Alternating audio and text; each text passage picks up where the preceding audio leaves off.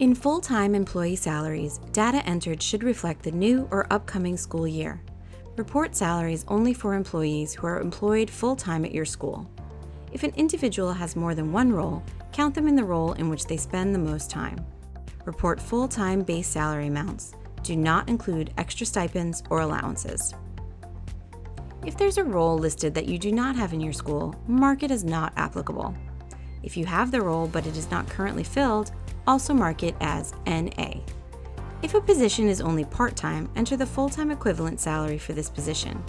Do not enter 0 for a salary amount unless the position exists and is unpaid.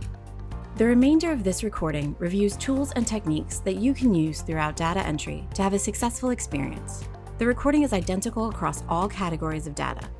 If you've already heard these tips in another recording, you can skip the rest of this video. First, we will review the tools and techniques entering data online, and second entry using the export template. Each subcategory of data starts with notes about the data to be entered in that subcategory. Often, you will find a note about whether the data to be entered are for the current new school year or for the prior year. For each table of data to be entered, the instructions highlight important information for entering data in this section of the collection. Be sure to review the bulleted notes. The first section or sections of data entry will be core questions asked of all schools entering data in DASL. Toward the bottom, you may find tables of questions added by one or more of the associations using DASL and tied to your school. You can fill in the tables with last year's numbers and then go through and edit them. This is a particularly useful approach in areas where the data don't change much from year to year, such as school characteristics. You can use the Notes feature to record useful information about the data point you have entered in a field. This could include an explanation of an unusual value or notes about where you found the data in your school's records or systems. You can hide or show the notes as you go through data entry. From Data Collection homepage, download, print your prior year's entry and include notes, or view your notes within Update School Data. As you enter more data, it can become difficult to find fields that need to be filled in. Click Highlight Missing Data at the top of the page to find those fields. The system will highlight with pink stripes any fields on the page that are missing data, making it easy to find them and fill them in. To find definitions relevant to a data point, mouse over the question mark icon for that row, column, and/or section of data.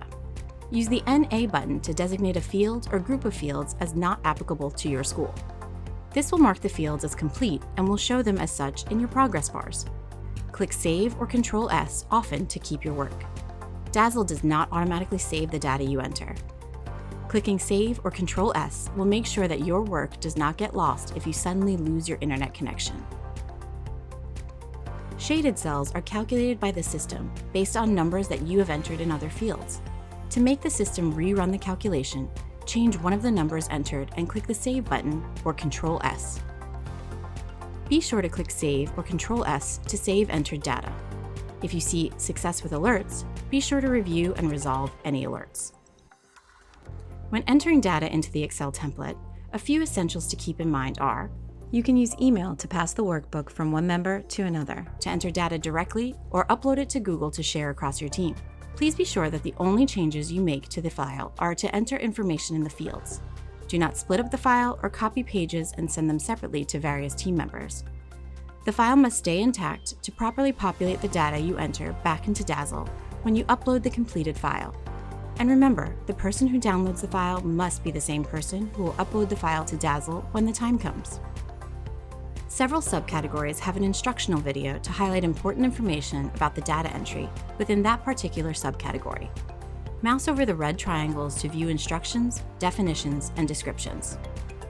Enter your data into the fields in each table. Be sure to save along the way. After entering some data or a full data collection part, upload your work to DASL to take advantage of the online tools to add notes, find missing data, or mark a field not applicable, and check your data quality. Whether entering online or after importing, take advantage of the Review Data tab in DASL to ensure quality data throughout your data entry.